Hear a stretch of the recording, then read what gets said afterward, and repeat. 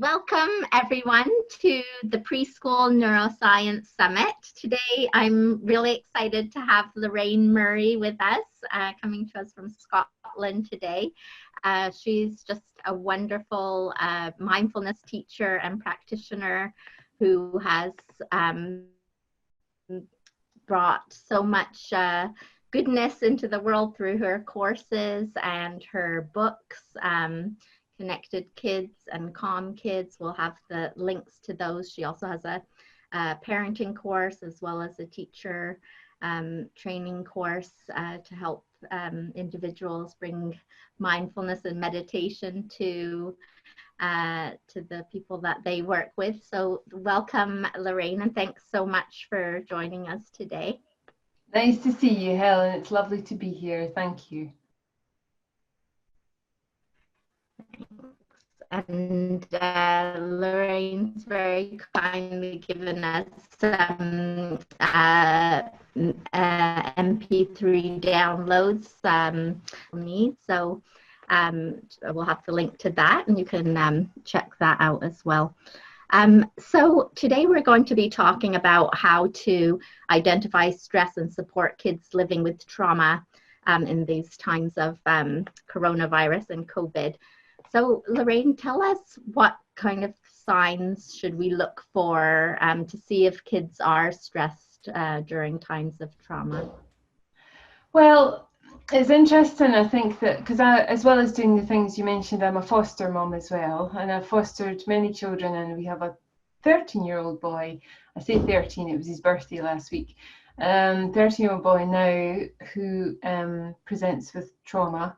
And the thing, I mean, there's lots of theories about trauma, isn't there? There's lots of lovely documents and books written about it. But the thing about the expression of that, the connection into trauma, is it's a very personal, how they express that level of stress. I mean, the fact that we're in the middle of a pandemic, and we still are in that we might not even realize the extent to which we're all experiencing trauma. And I include the adults in that too, as well as the kids.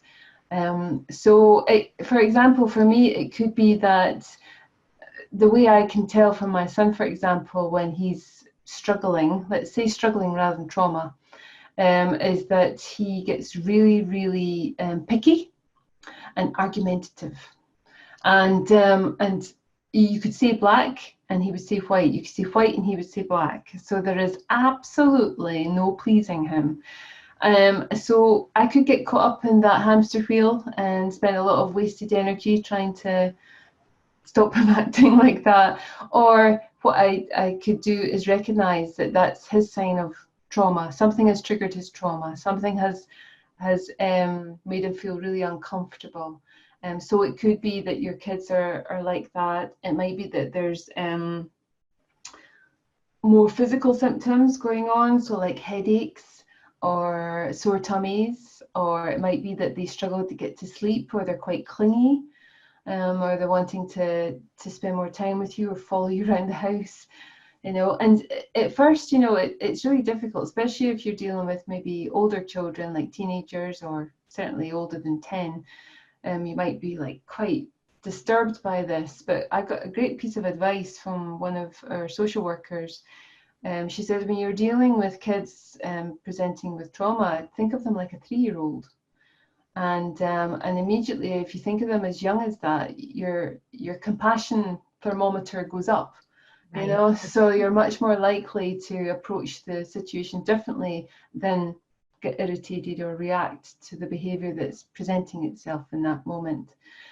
Sometimes it might be something like really withdrawn as well. It might be that they just might go quite quiet. And there's this tendency, it's like a child who doesn't want to eat. There's a parent wants them to eat, so they get more and more anxious about the child not eating. And the more anxious they get, the less likely the child is to eat. So it's the same with talking as well. So just because your child has gone quiet, don't start to force conversation out of them either. But those are some of the things I've witnessed anyway as a foster mum, and the work I do as well. Right. Well, thank you for sharing all those. Yeah, it's, I think, so unique, isn't it? But there are trends within there. So how do kids cope with stress? Well, they'll find their own way. I mean, first of all, they'll cope with it better if they've got some key adults around them who are demonstrating how they cope with their stress. Right. So I don't mean that you have to suddenly develop, the qualities of Mother Teresa or the Dalai Lama, that you should never ever be angry or even raise your voice or, I'm not advocating that, but at the same time, you're a human being. So we're all in the middle of some very stressful times just now. But I think it's about how you deal with a situation that's been challenging. So, for example, during the pandemic, there's been 2 or 3 incidents where I felt really angry, like, oh my, the kind of anger where you think, I really have to leave the room now because I don't know what I'm going to say and I don't want to say that, so I have to leave. That kind of, fury almost. But I'll come back to my foster son and I'll chat to him and say how angry I'd felt. I'll explain the emotions that I felt. I'll always make sure he realizes it's not him as a person, but it's perhaps his behavior, or the way I've been feeling, or a combination of both. And so I always come back to it because everybody gets angry, or everybody has a difficult time sometimes. Yeah. So it's not, the children who experience stress and trauma are going to learn from those around them how they deal with it. So you're a great role model for that. So that's exactly what I do. And he also knows that I have a really a very strong meditation practice. I do yoga as well, but I do other practices. Fresh air, being in nature, other forms of exercise, eating well, sleep. We have a really good lifestyle that supports all of that, and so we're not asking him to do something that we're not doing ourselves. So that's really important. I think the children will learn to cope with their stress when they learn from those around them. Yeah, so important, I think, because a lot of times we hear like, how do you, what can we do with the children, or how can, and yeah, just embodying things ourselves, I think is really important in the classroom as well. Teachers, we've seen a lot of research around that. So, Can I just say, actually, Helen, yeah, I think there's an anxiety that adults have, and this would go for parents and teachers, that of being honest about something, about being vulnerable. It's almost like as if they think, the children in their life will find a weak spot and take advantage of that. And I think the opportunity to be vulnerable, not in a victim kind of way, not in a sense of feel sorry for me, but more in a sense of, this is what normal people feel like. This is normal. This. Why would I not feel like that in this situation? And that gives the children who are experiencing maybe something similar permission to feel the same, and not internalize it in their head as if there's something wrong with them, and that they need fixed. Yeah, for sure. And Lorraine, what do you think stress kind of means to children? What are their perceptions around the word? Oh, well, I mean, we understand, I'm sure all your listeners as well understand the stress from the fight, flight, or freeze. There's so much documentation, there's so much written about it.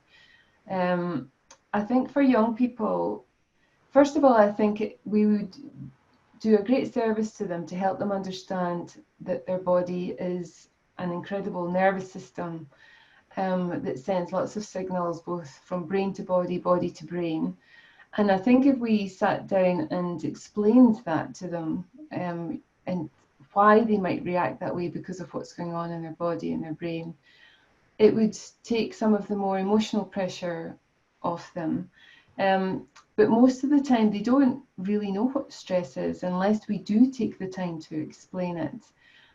Or we do explain it either in a very perhaps diagrammatic or theoretical way, or we sit down, as I've said, and say, do you know what, when I did this or did that, that was me feeling stress, and this is what's happened, and this is how I feel, and I'm okay now, or I apologize for raising my voice, or whatever it is that you need to do.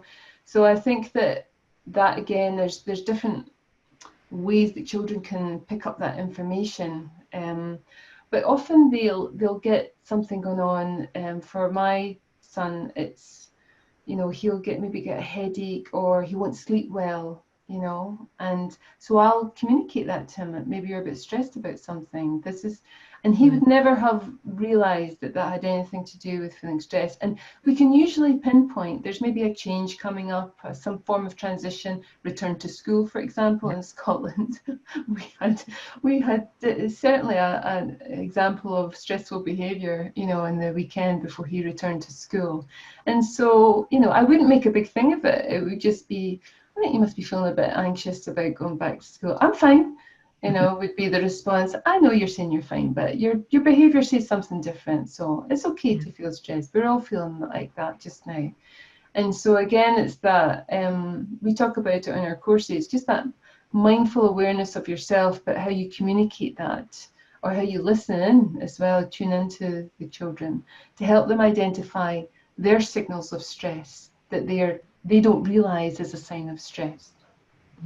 Yeah, so important to bring that awareness, isn't it?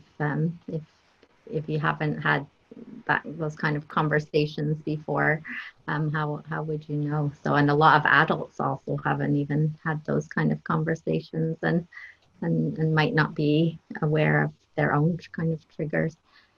So tell us a little bit about your work with meditation, and how meditation helps with stress, and how we can help this to bring awareness during trauma. Well, there's the thing I think is most important is for children to feel safe. And when they don't feel safe, that reptilian part of their brain, that the specialists talk about, the bit at the back, that gets activated. And I think in this time of a pandemic, that's really been activated within children. Not only from perhaps direct experience of maybe losing a loved one or someone being ill, but also seeing things on the news and the difficulties they've had. So the first thing I think we have to do is to help them bring that part of their brain into balance. And that to me is about feeling grounded and feeling safe, because we can't really reach any other parts of the brain or help them feel supported if that part is all firing on all cylinders. So the things that the common misconception there is, I think, about meditation is that it should be a seated still practice where we sit in silence with each other and just notice our thoughts and our breath. And that's certainly a practice, and I do that practice myself. But for young people, that's generally speaking not the first practice I would do with them if they feel ungrounded and unsafe. I would maybe take the opportunity to take them out in nature, to make sure that they are maybe aware of the 5 physical senses that are available to them, and explore that with them. And not doing that all the time, but just even if we're just even being in nature. In Japan, they have a practice called forest bathing, where whole families, whole groups go into the forest to just be in the forest and the energy of the forest as well, and tuning into their senses and being aware of the light and the sound. And that has such a therapeutic effect on the whole nervous system of the body.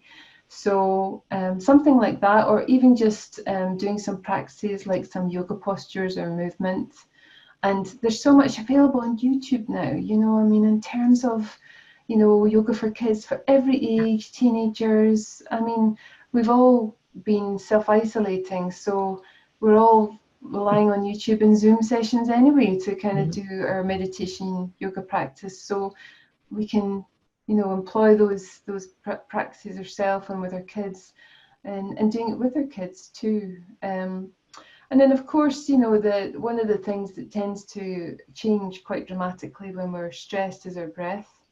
So, bringing awareness to the breath and practicing engaging with the out breath, really noticing, blowing out, making noise with the out breath, whatever it takes to engage that young person, that itself will calm down the nervous system if it's being in a heightened state. So, and we have the research to back that up now, which is great. But, those practices are a starting point to help young people just get into a more balanced and stepping out of that high state of stress they may have been in.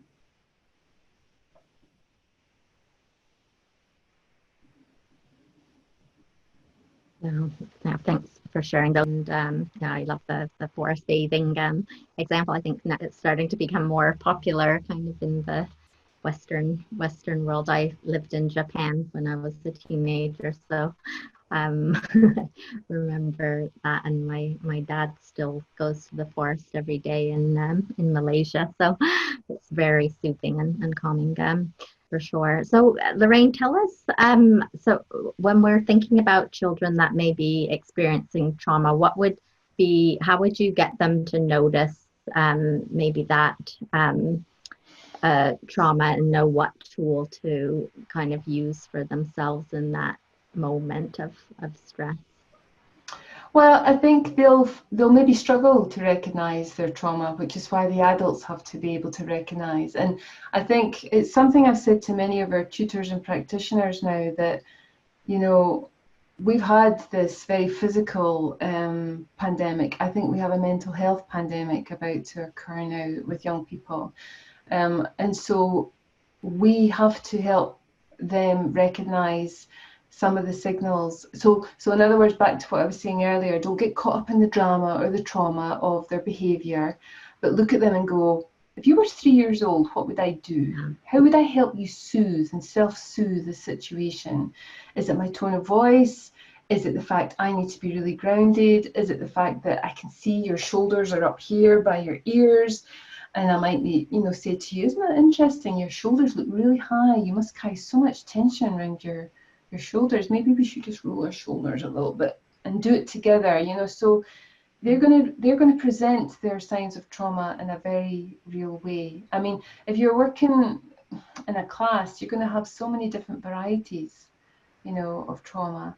So one of the things, before we even ask children to sit down and learn anything, because the brain won't take in new information if they're stressed, is to spend a little bit of time just engaging with the posture, making sure we've got really good connection with the ground, and then starting to make that out breath longer or counting the breath, whatever we need to do, giving them a focus.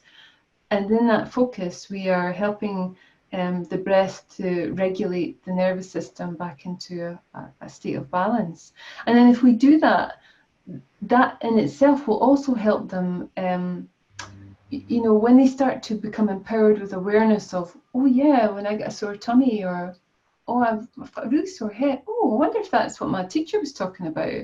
They won't spend that time worrying about it. They'll go, oh yeah, she said something about do some breathing. So, I mean, I've got a big thing at the moment, which I'm going to share eventually online, about encouraging young people to teach other young people. So peer-to-peer teaching. So learn a practice and teach it to someone else, and see if you've got the ability to teach them. It might be a younger sibling, it might be somebody, one of your friends. You take turns, like sitting there with each other. So it's great. You get all that information from the teacher, and great, you get the technique. But it probably has more power, especially as they become teenagers, if they see their peers engaging with it, and then they share that practice, or even their peer turning around, going, you're a bit tetchy today, I think you need to do some breath work, and then they start to do some breath work, and they maybe do it together. I think that would be so powerful to encourage that. Definitely, that would be amazing, and something really great to bring into schools and classrooms, and just having the ability. I've seen very young children, even when they learn something simple, and then the parents will say, my son told me to breathe deeply, mummy. So I think it would be amazing, but as a structured, like as a program in schools, to as you said, this is a mental health challenge going to be even bigger than it is already, I think, coming soon because of all of this. So that would be a wonderful thing to happen and help. And yeah, as you said, so empowering for both people, I think, Yeah. right? And sometimes I think with children and teens, they prefer to just talk to another teen or Yes. child than Yeah. to the adults as Yeah. well. So it would be really, really great. And it could, well, thank you. could I just Yes, also say, it could also be quite useful to, if you're a teacher and you've actually managed to get them to practice some of the, you know, like very simple breath. We've got loads of stuff on our website, so you can have a look, or the YouTube channel. You can learn things. But if the children learn something, it could be that some unofficial homework is go home and teach your parent or carer how to do this. That's part of your practice, you know, and that is amazing, because then the stressed adults who aren't necessarily practicing, and I know sometimes for educators it's difficulties, you do great stuff in class and then things don't get supported at home. So that's a great way to kind of help that ripple effect carry on. I love that. Yeah, so powerful. That would be amazing. So, well, thank you so much, Lorraine, for coming on the summit today and sharing all your knowledge and those really practical ideas as well of how we can support the children that we're working with. And I just want to remind everyone, you can find out about Lorraine's program, Connected Kids, which is an amazing program helping to train adults how to teach kids and teens meditation. She also has a parenting program, books, and as she mentioned, just check out her website because there's loads of resources on there that are really helpful. So thank you so much again, Lorraine, for coming on and sharing with us. It's lovely to see you again, Helen, and keep up your great work. It's amazing when you do these summits. I'm really grateful that you organise them, so thank you. Thank